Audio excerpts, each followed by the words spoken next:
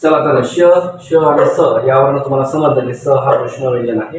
पुढे जाऊ. तुम्हाला सगळ्यात एक महत्वाची गोष्ट सांगायची आहे. पहा, हे जर परीक्षेला उतरलं तर 100% आपला तुमचे तेवढे पाहणारे आणि ऐकणारे विद्यार्थी 100% पास होणार, त्यांना 1 मार्क मिळणार. पास होणार म्हणण्यापेक्षा 1 मार्क मिळणार, बाकीचं माहित नाही. परंतु बघा, शिट्टीचा आवाज येतो का? शिट्टी शिट्टी वाजल्याचा आवाज येतो. कसा येतो? श श स शि शि शि असा शिट्टीचा आवाज येतो. येते की नाही आवाज? आवाज. म्हणून ह्या व्यंजनांना कोणत्या? श श स यांना षटकार म्हणायचं. काय म्हणायचं ते बरोबर? षटकार किंवा शिट्टकार किंवा षटकार व्यंजन. हे षटकार व्यंजन आहे. म्हणजे शिटकार व्यंजन आहे. शिट्टी किंवा फुसकार. फुसकारणी फुसकारल्यासारखा आवाज येतो. असा फुसफुसल्यासारखा आवाज येतो. फुसफुसल्यासारखा. फुसफुसणे.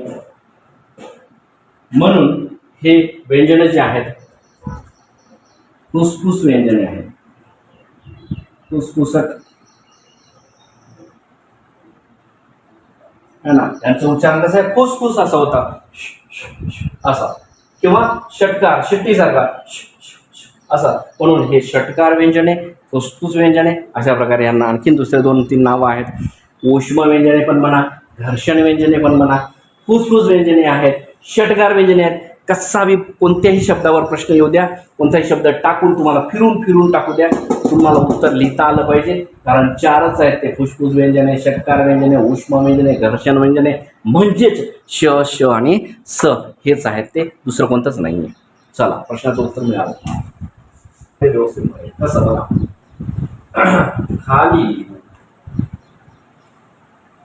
कोणते व्यंजन, खालीलपैकी कोणते व्यंजन हे स्वतंत्र वर्ण आहे? स्वतंत्र वर्ण आहे. स्वतंत्र वर्ण आहे. स्वतंत्र वर्ण असतं. चला, ऑप्शन देऊया तुम्हाला, म्हणजे तुम्हाला कळेल. 2 ल, 3 श, 4 ल. खालीलपैकी कोणते व्यंजन स्वतंत्र वर्ण आहे? कोणतं व्यंजन स्वतंत्र वर्ण आहे? स्वतंत्र वर्ण असलेलं व्यंजन, तो म्हणजे फक्त एकच आहे. आणि तो कोणता आहे?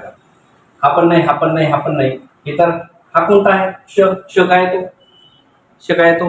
हा संयुक्त व्यंजन आहे. संयुक्त, स्वतंत्र मध्ये जात नाही. याला दुसऱ्यांची जोडत, त्याला दुसऱ्यांचा आधार घ्यावा लागतो, तेव्हा याची निर्मिती होते. सोडून द्या, हे आपल्या काही कामाचं नाही. हे ल ल ल ल ल कोणतं व्यंजन आहे? हे अंतस्थ व्यंजन आहे. हे अंतस्थ व्यंजन आहे. हे संयुक्त आहे. बघा, हे आहे संयुक्त, हे आहे अंतस्थ. आणि हे अंतस्थ तर आहेत, परंतु अर्धस्वर म्हणून पण ओळखल्या जातात. आणि रू काय आहे? हे तर व्यंजन नाहीच. हा आहे स्वर.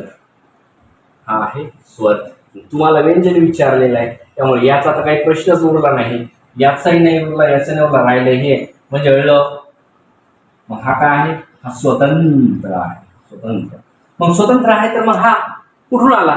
मग बघा मित्रांनो, हा संस्कृत मधून आला नाही.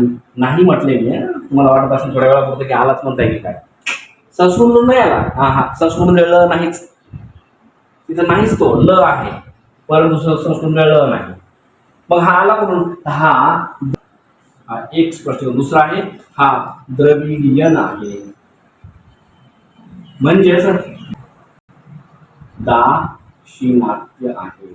म्हणजेच दक्षिणेकडून आलेला आहे. मग दक्षिणेमध्ये कोणकोणत्या प्रकारच्या भाषेमध्ये हा ल तुम्हाला पाहायला मिळतो? दक्षिणेमध्ये तमिळ भाषा आहे, तेलुगू आहे, तेलुगू असं लिहायचा, तेलुगू मध्ये आहे, आणि कन्नड भाषा आहे. तर ऍक्च्युअली कन्नडमध्ये हा ल तुम्हाला आढळतो. आणि मग कन्नड मधल्याच ळतून, म्हणजे कन्नडमध्येच असलेले काही लोक जेव्हा महाराष्ट्रामध्ये प्रवेश करतात आणि मग हळूहळू त्यांच्यातला ळ हा आपल्या याच्यामध्ये मुळाक्षरांमध्ये याला स्वीकार करण्यात आला. हा ना. ह्या ल पासून स्वतंत्र शब्द नाही बनत नाही. कशामध्ये? मराठीमध्ये. मराठीमध्ये ळ पासून स्वतंत्र शब्द बनत नाही. बनतो का सांगा बरं? ळ पासून शब्दच नाही. हा शब्दाच्या शेवटी पहा, शब्दाच्या शेवटी किंवा मध्ये याचा उपयोग होतो.